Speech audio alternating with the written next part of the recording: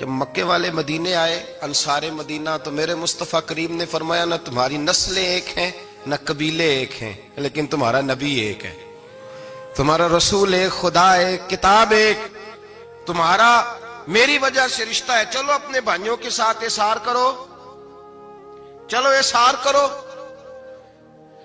اگر کسی کے 2 مکان تھے تو اس نے ایک اس کو دے دیا جو مکے سے آیا تھا، 2 باغ تھے تو ایک دے دیا، کسی کے پاس ایک تھا تو آدھا بانٹ کے دے دیا، ہر چیز تقسیم کر دی۔ حالات بدل جاتے ہیں، حالات بدل جاتے ہیں۔ تلک الایام نداولھا بین الناس، اللہ لوگوں کے درمیان دن بدل دیتا ہے، حالات بدل گئے۔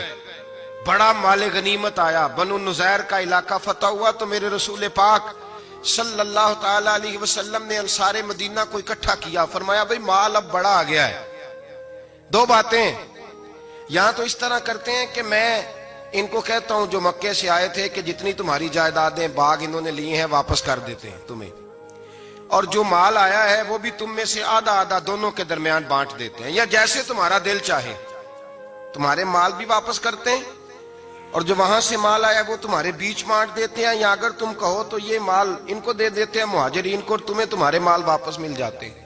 حضور نے پوچھا انصار مدینہ سے، حضرت سعد بن معاذ، سعد بن عبادہ تڑپ کے کھڑے ہوئے، عرض کی محبوبہ میں تو ابو بکر کو جانتا ہی نہیں تھا، حضور مجھے کیا پتا عمر کون ہے، میں کیا جانوں عثمان غنی مولا علی کی عظمتوں کو، محبوبہ میں نے تو تجھے ان کی طرف مسکرا کے دیکھتے ہوئے دیکھا ہے، تیرا جلوہ دیکھا ہے، تجھ سے در در سے سگ سگ سے ہے مجھ کو نسبت، یا رسول اللہ صلی اللہ علیہ وسلم ہم سے مشورہ نہ کریں، آپ اس طرح کریں جو جائیدادیں ہم نے انہیں دی ہیں وہ بھی ان کے پاس رہنے دیں اور جو مال آیا ہے وہ بھی ان میں تقسیم کر دیں، اس لیے کہ ہمیں تو بس اتنا پتا ہے کہ یہ آپ کے غلام ہیں، آپ کے نوکر ہیں، ہمیں اس سے زیادہ کسی چیز کے کوئی غرض، بس آپ کے غلام ہے، بات ختم ہو گئی۔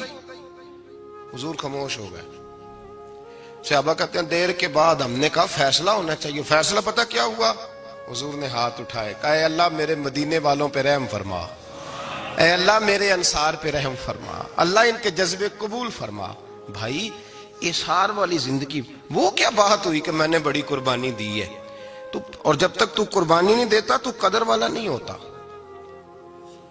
جو چیز قربانی سے حاصل ہوتی ہے اس کی قدر ہوتی ہے، جو چیز مفت میں آ جاتی ہے اس کی کوئی قدر نہیں ہوتی، کوئی قدر نہیں۔ میں اکثر سوچتا ہوں کہ حضرت خواجہ اجمیری کے خلیفے اجمیر میں بھی تو ہونے چاہیے تھے نا، لیکن ان کے خلیفے اجمیر میں نہیں ہوئے، دلی میں ہوئے۔ تو میں سوچتا ہوں دلی والوں کے خلیفے دلی میں ہونے چاہیے، لیکن دلی میں نہیں ہوئے، پاک پتن میں ہوئے، تو پاک پتن والوں کے یہاں ہو جاتے۔ وہ اس لیے کہ قربانی جو دیتا ہے نا، جو دور سے چل کے آتا ہے وہ قربانی کرتا ہے، قربانی دیتا ہے، اس کو قدر زیادہ ہوتی ہے۔ ہم نے کسی شے کے لیے کبھی قربانی نہیں دی، نہ دین کے لیے، نہ قرآن کے لیے، نہ مسجد کے لیے، نہ شیخ کے لیے، نہ طریقت کے لیے، قربانی تو ہے ہی نہیں۔ تو جو شے مفت ملتی ہے اس کا نہ مزہ آتا ہے نہ قدر ہوتی ہے۔ جو چیز قربانی کر کے لیتے ہو نا، قربانی کر کے، اس کی قدر ہوتی ہے۔ کسی لیے کہا تھا کسی درویش نے، اس نے کہا تھا قدر نبی دا ایک کی جانن دنیا دار کمینے، قدر نبی دا جانن واگے سو گئے وچ مدینے۔ ان سے پوچھو نا، ان سے پوچھو ان حضرات کو کتنی قدر تھی۔ قربانی اپنی زندگی میں دینا سیکھیں۔ ایک ہوتی ہے بندے کی ذاتی خواہش، اس کو کچلنا بڑا مشکل ہوتا ہے۔ قربانی بڑی ضروری چیز کا نام ہے، اور جو قربانی دینا سیکھ جاتا ہے وہ بچ جاتا ہے۔ کتیا 6 بچے جنم دیتی ہے لیکن قربانی نہیں نہ دیتی بچوں کی، تو ریوڑ نہیں بنتے، اجڑ نہیں بنتے۔ بکری 2 بچے پیدا کرتی ہے اور سال کے بعد ہزاروں بچوں، لاکھوں بچوں کی قربانی دیتی ہے، پر پھر بھی جدھر جاؤ بکرے ہی بکرے نظر آتے ہیں۔ جو قربانی دینا سیکھ جاتا ہے نا، یزید نے کوئی قربانی نہیں دی، اس لیے کوئی شخص بھی کھڑا ہو کے نہیں کہتا، حالانکہ 14-15 بیٹے تھے یزید کے، کوئی بھی کھڑا ہو کے نہیں کہتا میں اس کی نسل میں سے ہوں۔